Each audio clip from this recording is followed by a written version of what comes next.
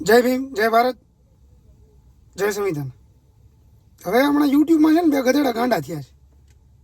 એક ઓલો કચ્છવાળો બાડો નાગદાન અને એક ઓલો ધ્રોલવાળો હેમંત ચાવડા, જે પોતાની જાતને વકીલ ગણાવે છે.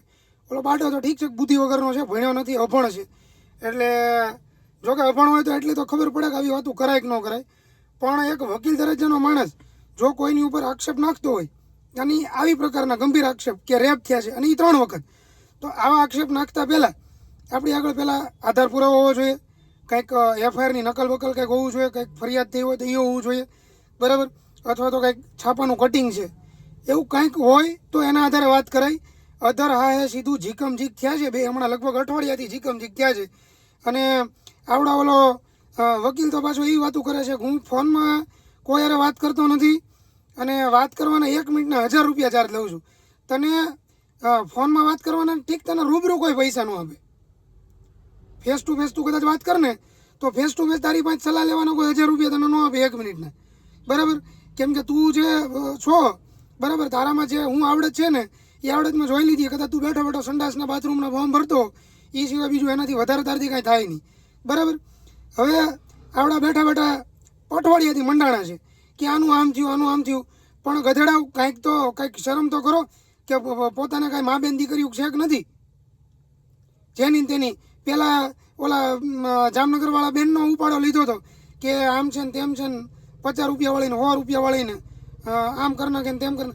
અને હવે મૂળ આનો ધંધો જાય છે, બરાબર.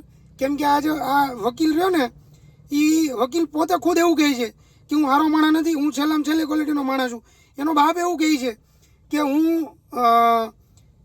મારા છોકરાની યાર મારા કાંઈ લેવા દેવા નથી અને મારો છોકરો એ બહુ મોટો હરામી છે અને કેટલીઓને ભેગી કરે છે, બરાબર.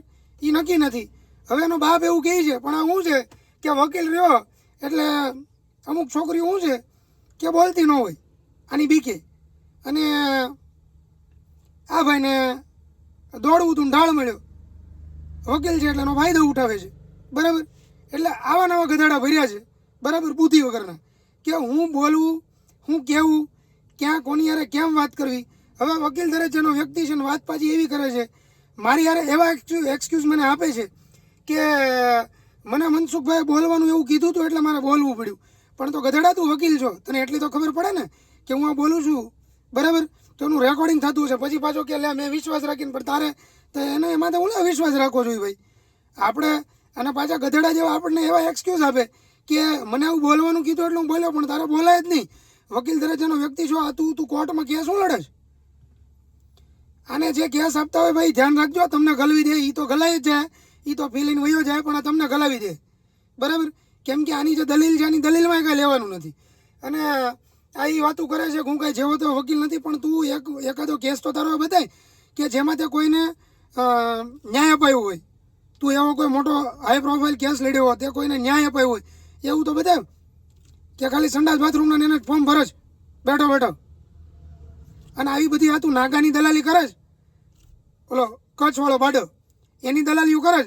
એની કરતાં એક કામ કર ને, તું અહીંયા આવતો રહે મારી યારે, તો હું આજે મારા કાગળ જે કાંઈ કરવાના હોય નાના મોટા, મારે કાંઈકનું કાંઈક રોજ આવે છે, બરાબર. તો એના હું તને 200-500 રૂપિયા રોજ ના આપી કાગળ દીઠ. તો એ કર ને, ઓલો તને નહીં આપે કાંઈ, ત્યાં દલાલી કરવા જાય. હવે એ ગધાડો એક વખત બાબા સાહેબ વિશે ખરાબ બોલી ગયો, એક વખત સંવિધાન ઉપર ગાળ લખી, એ પાછી માં ઉપર, બરાબર.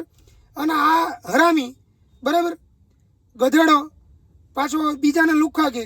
હવે લુખ્ખો કોણ છે, કોણ એવી વાતું કરે છે કે મારી ઓફિસમાં નાગુ થઈને આવું, એવી વાતું કોણ કરે છે. એટલે લુખ્ખો કોણ હોય એ પહેલાં તારે તું એક વખત કાચમાં આમાં ઉભા રહીને નક્કી કરી લે. આવો પહેલો વકીલ મેં આખા ભારતમાં જોયો છે કે જે એવી વાત કરે છે કે જે સ્ત્રી આગળ પૈસા ન હોય કેસ લડવાના, તો એને મારી ઓફિસમાં કપડાં કાઢીને આવવું. એટલે મને એવું થાય છે કે આના ફેમિલીના જે કોઈ હશે એને કેમ મળવા જતા હશે? જાતા જ નહીં હોય. કેમ કે આવી છેલ્લી ક્વોલિટીની વાતો કરતા હોય, આને એનું ફેમિલી મળવા ન જાય. એટલે આ ભાઈ જે છે ને, આ હેમંત બુદ્ધિ વગરનો, બરાબર, બુદ્ધિ વગરનો એટલા માટે કે એને ભાન નથી બોલવાની. હવે પાછો તું દલીલ કરવા આવજે મારી યારે. બરાબર. આની પહેલાં વિડીયો મૂક્યો હતો ત્યાર પાછો આવ્યો હતો ત્યારે કંઈક 30-35 મિનિટ વાતો કરી હતી. અને પછી બીજી જગ્યાએ એવી ફાંકા ફોજદારી મારે છે કે હું એક મિનિટ વાત કરવાના 1000 રૂપિયા ચાર્જ લઉં. તેથી મારી યાર 35 મિનિટ વાત કરી હતી અને લુખાઈમાં મફતમાં એમ નામ ત્યાં મને ફોન કર્યો. બાકી મારો તારામાં ફોન ન હોય, બરાબર. તારી જેવા દલાલ હોય ને એનામાં મારો ફોન ન હોય. હવે આ જે છે ને બુદ્ધિ વગરનો, એનો નંબર છે 9252585097. આ નંબર છે ઓલા હેમંતનો. એટલે આને છે ને ફોન કરો અને ફોન કરીને આને સમજાવો, બરાબર.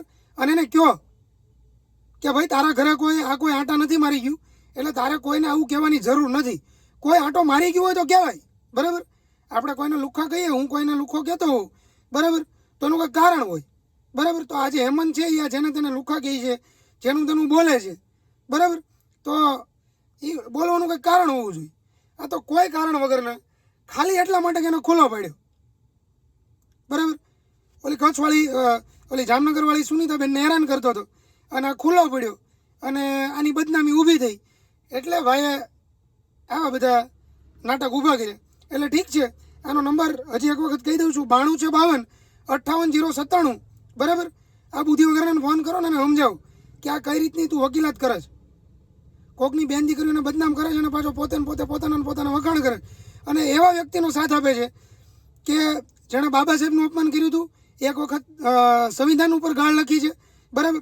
આવો ગધેડો છે કચ્છવાળો, એને આવડો બુદ્ધિ વગરનો જે છે હેમંત ચાવડા, એ એને સપોર્ટ કરે છે.